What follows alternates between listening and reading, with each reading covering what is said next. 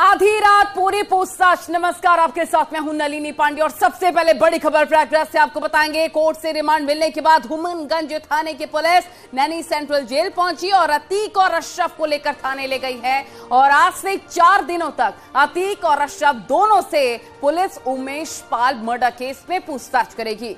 ये इस वक्त की सबसे बड़ी खबर आपको बता रहे हैं। 4 दिन के पुलिस रिमांड पुलिस को मिली है और अब 4 दिनों तक और ज्यादा रगड़ा जाएगा।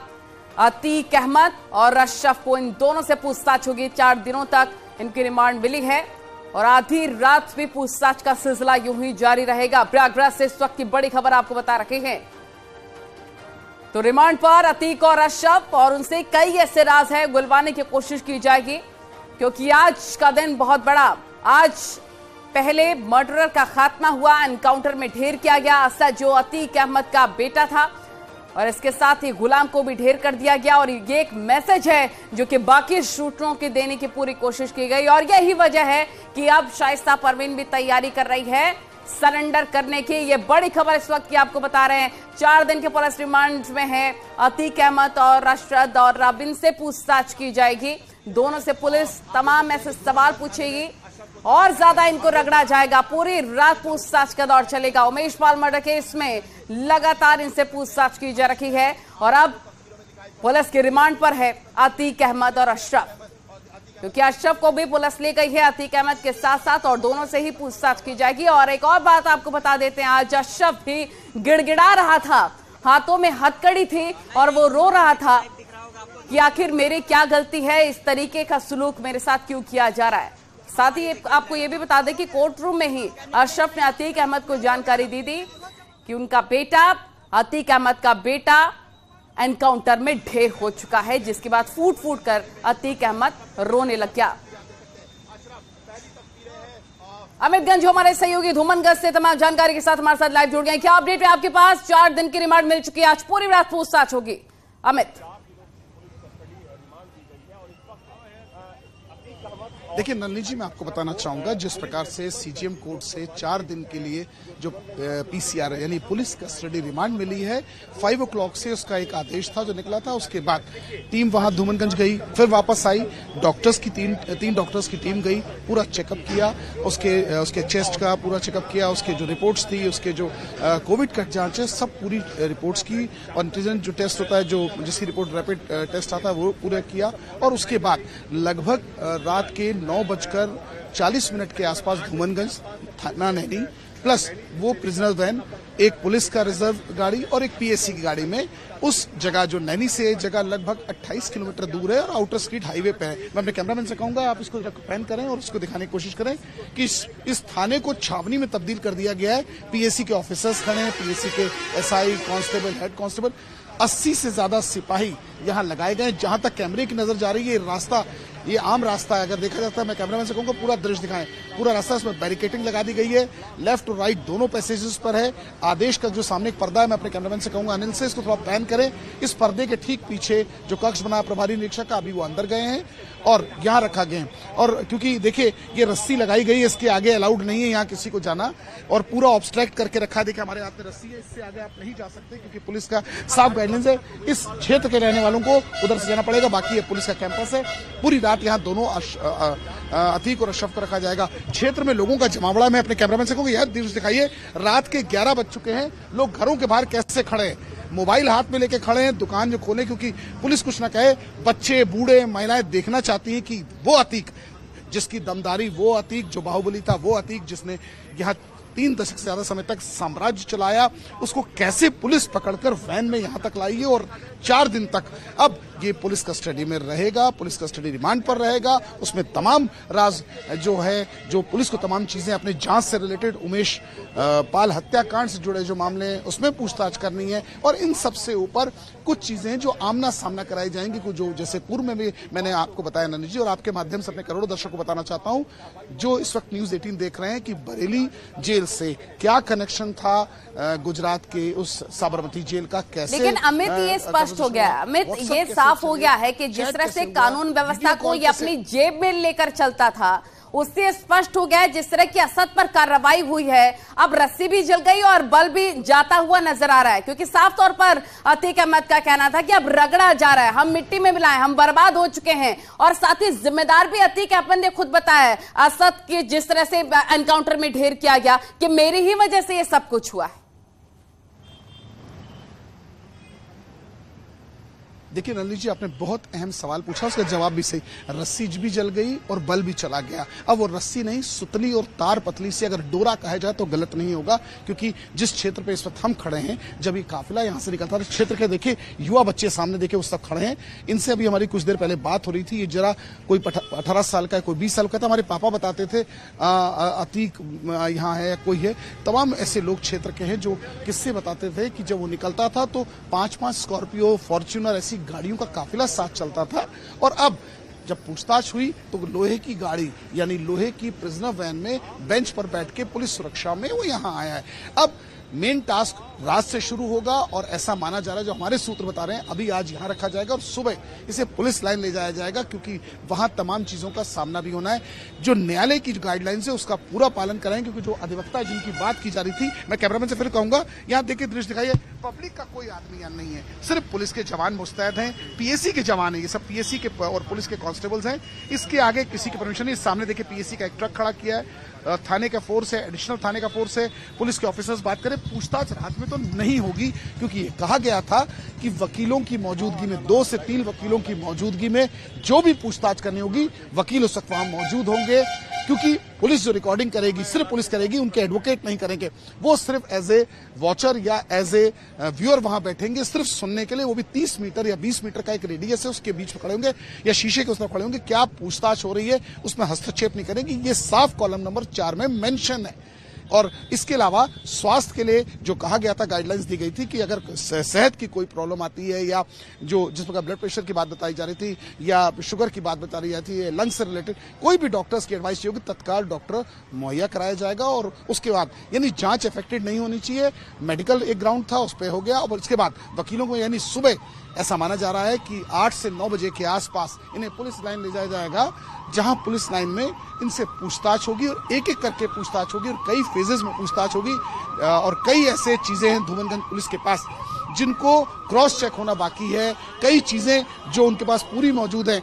अब पिस्टल्स की जैसे बात हुई, जिस बिहार पर बताया था, विदेश का असलाह कैसे आया, दूसरा पाकिस्तान का कनेक्शन क्या है, तीसरा दाऊद का क्या कनेक्शन है, चौथा अपराधी और गुर्गों की क्या साठगांठ है, इसके अलावा मुख्तार से मिलवाए गए जिस व्यक्ति का उसका क्या कनेक्शन है, बिहार का क्या कनेक्शन है, वेस्ट बंगाल के नदिया डिस्ट्रिक्ट का क्या कनेक्शन है, दिल्ली का क्या कनेक्शन है, संगम बिहार का कनेक्शन है, सीलमपुर का क्या कनेक्शन है, इन सब के अलावा मेरठ के डॉक्टर इकलाक से क्या कनेक्शन था, गुड्डू मुस्लिम कहां है। सॉर्टिंग गंजू इस बीच एक बड़ी खबर मिल रही है, पहले वो अपने दर्शकों को बता देते हैं। झांसी से इस वक्त की बड़ी खबर है कि शव का पोस्टमार्टम लगातार जारी है। असद और गुलाम का शव का पोस्टमार्टम लगातार चल रहा है और साथ ही वीडियोग्राफी भी हो रही है। असद के रिश्तेदार लेने जा रहे हैं शव, जैसे कि हम आपको लगातार बता ही रहे थे सबसे पहले न्यूज 18 पर कि जो नाना है असद के, जो मामा है, जो रिश्तेदार हैं, वो पहुंच चुके हैं, पहुंचने वाले हैं और अब वो ही अटेंड करेंगे वहां पर। अब जो तमाम कानूनी प्रक्रिया है वो ही जानेंगे, परखेंगे, लेकिन पोस्टमार्टम करने के बाद नाना और मामा को ही शव सौंपा जाएगा। बड़ी खबर इस वक्त की आपको बता रहे हैं, झांसी से इस वक्त की बड़ी खबर है। असद और गुलाम के शव का पोस्टमार्टम चल रहा है और पहले पंचनामा कराया गया और उसी के आधार पर जब रिपोर्ट सामने आई, अब पोस्टमार्टम लगातार चल रहा है। अमितगंज जो हमारे सहयोगी लगातार तमाम जानकारी के साथ जुड़े हुए हैं, क्या जानकारी आपके पास? पोस्टमार्टम लगातार जारी है अमित। देखिए मैं आपको बताना चाहूंगा, क्योंकि पेपर वर्क बहुत लंबा पेपर वर्क होता है, लगभग 12:30 और 1 बजे के आसपास ये चीज़ डिस्क्लोज आउट हुई। उसके बाद जिस जगह की बात की जा रही थी, बड़ा गांव के परीक्षा के पास, उसके बाद वहां का सीन को पूरा फोटोग्राफ करना, उसके बाद हॉस्पिटल की फॉर्मेलिटीज थी, उसके बाद पोस्टमार्टम का जो है वो स्टार्ट हुआ, वीडियो फोटोग्राफी हुई। इन सब के बीच सबसे पहले न्यूज़ 18 ने बताया था उसके नाना, हम इसकी बात की पुष्टि भी कर रहे हैं, इसके नाना, इसके मामा, इसके कजन चाचा और एक महिला और साथ जाएंगी जो न्यूज 18 इस वक्त आपको बता रहा है। इसके अलावा एक वो व्हीकल होगा जिसमें 3 अधिवक्ता और एक उसके साथ सहयोगी अधिवक्ता है कि उनके परिवार का यह भी पुष्टि नहीं हुई है। और इसके अलावा एक व्हीकल वो जाएगा जिसमें वो बॉडीज आएंगी। दोनों बॉडीज यहीं आएंगी क्योंकि पहले कहा जा रहा था सिर्फ असद की आएगी, लेकिन दोनों बॉडीज को वो लोग क्लेम करने जा रहे हैं जो हमारे पास जानकारी है। और उसके बॉडीज को लेके आएंगे और यहाँ करेली जो इसमें प्रयागराज में है उस करेली में जो कब्रिस्तान है उसमें इनको कल देर रात या परसों, जैसे इसमें डिपेंड करता है ईशा के बाद की, जोहर के बाद की, मगरिब के बाद की, फजर की नमाज के बाद, किस नमाज के बाद वो अदा करने के बाद उसको रखेंगे। और इन सब के बीच मैं अपने कैमरामैन से कहूंगा जरा ठीक सामने का एक हम लोग उस तरफ सिर्फ आपका 1 मिनट लूंगा। हम ये दिखाने का प्रयास करेंगे कि देखिए रात का वक्त है, रात का समय, और कैसे लोग सड़कों पर इस वक्त खड़े हैं, सड़कों पर खड़े हैं, जबकि इनसे कोई रिलेटेड नहीं है और इनका कोई रिलेटिव नहीं है। लेकिन जहां तक कैमरे की नजर जा रही है ये लोग मोबाइल हाथ में लिए हैं और फोटोग्राफी कोशिश करते हैं इनसे बात करें, रिएक्शन जाना। बिल्कुल जाइए, बातचीत करिए। जी जी सर सर सर सर आप लोग किसने खड़े हैं, किसने खड़े हैं? आप कैमरे से संसद जी आए हैं ना यहाँ पर, अतीक अहमद आए हैं देखने आए साहब। अतीक अहमद को देखने आए और क्या? आप हंस रहे हैं, देखने आए कि हंसने आए? नहीं, देखने आए हैं। क्या देखना चाहते हैं? क्या अतीक अहमद कैसा है देखने आपने आज तक पहले कभी अतीक को नहीं देखा? नहीं। तो कहाँ अखबारों में देखते थे क्या? हाँ, अखबारों में देखते। ऐसे आमने सामने कभी नहीं देखा? नहीं। आप में से किसी ने अतीक को देखा? जी नहीं। किसी ने नहीं? आप लोग भी धूमनगंज के जी। घटना हुई है मालूम है कि नहीं? ये मालूम। कान से ईयरफोन निकाले तो आप जी अच्छा सुनिए। आपने कभी घटने के बारे में सुना था? क्या हुई थी घटना? टीवी में देखे थे सर। अच्छा टीवी में देखा। कितनी दूर हुई थी घटना यहाँ से? यहाँ से झांसी में वही थी, पता चला।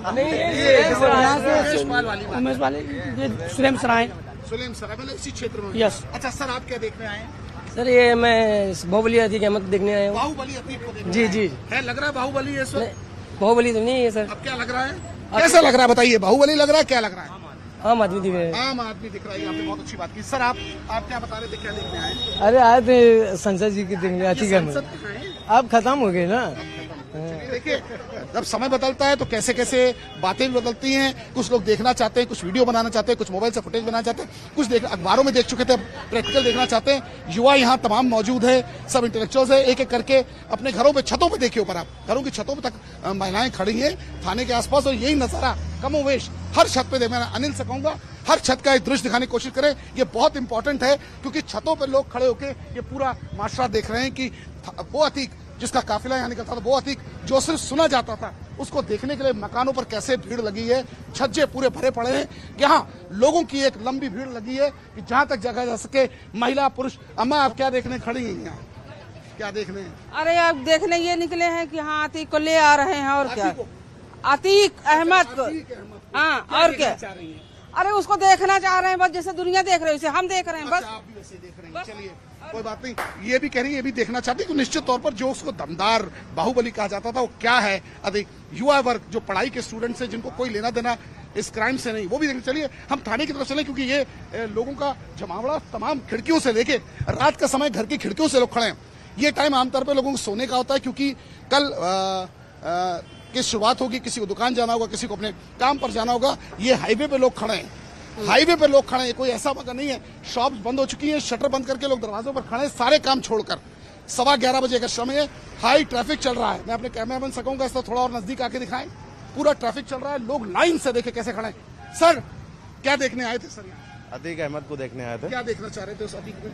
नहीं, अब कुछ खास है ना उसके अंदर, क्योंकि ऐसा ऐसा कर्म कांड किए हैं तो अब कुछ खास देखने को मिलेगा। क्या खास है बताइए? आप तो पढ़े लिखे व्यक्ति हैं, खास नहीं है ना, कभी देखे नहीं, इसलिए देखने के लिए आए थे। तो किस तरह बस में बैठ के आया? नहीं, पुलिस वैन में बैठ के आया? आपने देखा? नहीं ये नहीं देखा। नहीं। तो आप कब उसको देख के जाएंगे क्या? ना खड़े तो थे लेकिन लग रहा है नहीं। बातचीत जारी रखेगा अमित, बातचीत जारी रखेगा। इस बीच एक बड़ी खबर मिल रही है, पहले वो अपने दर्शकों को बता दें। झांसी से इस वक्त की बड़ी खबर, असद और गुलाम के शव का पोस्टमार्टम लगातार जारी है।